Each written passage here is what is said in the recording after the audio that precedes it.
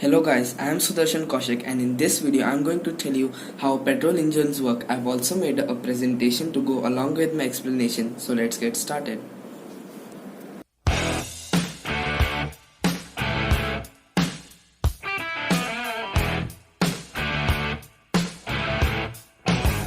So let's start our presentation. The first thing we are going to talk about is the drivetrain. What is a drivetrain? The drivetrain consists of all the components a vehicle needs to make and transfer the power of the engine to the wheels. So, engine is essential for the drivetrain to work as it generates mechanical power which is transferred further by the drivetrain. The next thing we are going to talk about are the main components of an engine. The main components of an engine are the piston, connecting rods, crankshaft, cylinder, cylinder block, cylinder head, intake and exhaust valves, camshafts, valve springs, and spark plugs. The next thing we're going to talk about are the strokes in an engine. An SI engine can be a 2-stroke or a 4-stroke engine, but for now we will be focusing on the 4-stroke engine as it is the most widely used in automobiles. The 4 strokes of an engine are the intake stroke, the compression stroke, the expansion stroke, also known as the power stroke, and the exhaust stroke. Now we are going to talk about the sliding crank mechanism. So before we talk about the 4 strokes of an engine in detail, we need to understand the working of a sliding crank mechanism. The sliding crank mechanism consists of the piston, the connecting rod, and the crankshaft. A sliding crank mechanism changes the vertical motion of the piston to the rotary motion of the crankshaft. The video here demonstrates how the sliding crank mechanism works.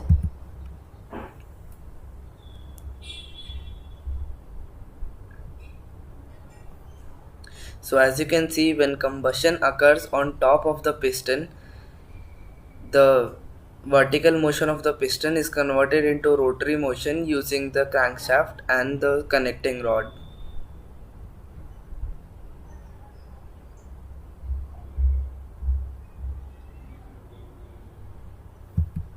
So let's talk about the intake stroke now. The first stroke is the intake stroke. During the intake stroke, the intake valve opens and the piston moves down, taking in either a mixture of air and fuel or air depending on the type of injection the engine uses. The next stroke is the compression stroke. During the compression stroke, the intake and the exhaust valves remain closed and the piston moves up, compressing the mixture of air and fuel present in the cylinder, increasing the temperature of the fuel and air mixture. The expansion or power stroke. The third stroke is the power stroke. During the power stroke, the intake and the exhaust valves remain closed and the spark plug fires and ignites the air-fuel mixture. Once the mixture is ignited, combustion occurs and the force from combustion drives the piston down and turns the crankshaft.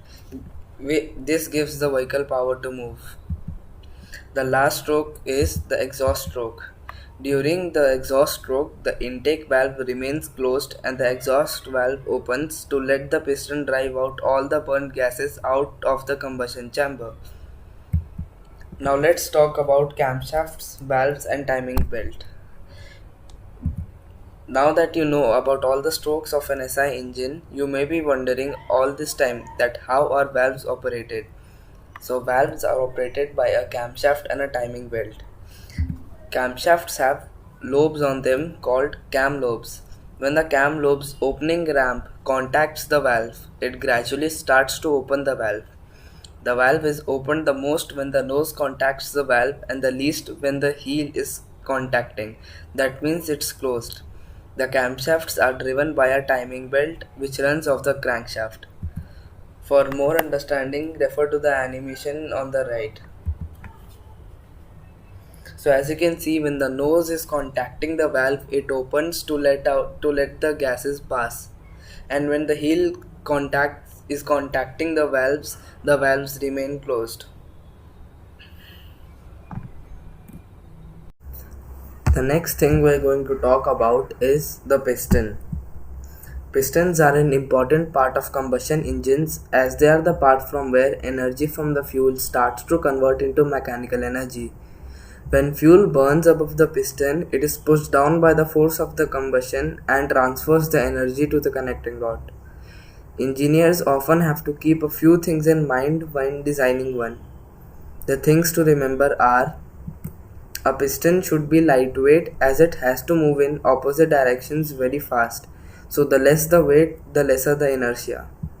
A piston should also be structurally strong to cope with the high forces inside an engine. Now we're going to talk about the cylinder head, and the cylinder block. A cylinder block refers to the component inside which the piston and the connecting rod are housed, and it can be said that a piston moves inside and along the inner walls of the cylinder blocks, which are also called as cylinders. So the inner wall of the cylinder block is known as the cylinder. A cylinder head refers to the part which goes on top of the cylinder block and closes it from the top. The valve go through the cylinder head. The last thing we are going to talk about today are the spark plugs. Spark plugs are an important part of an engine. They are used to ignite the air-fuel mixture which gives us the power stroke. Only petrol engines use spark plugs. That is why they are called SI engines, which is an abbreviation for spark ignition engines. So this is the end of our presentation. I hope you understood what I said. If you liked the video, then please drop a like down below. Do share this video with your friends and also subscribe to my channel. Thanks for watching.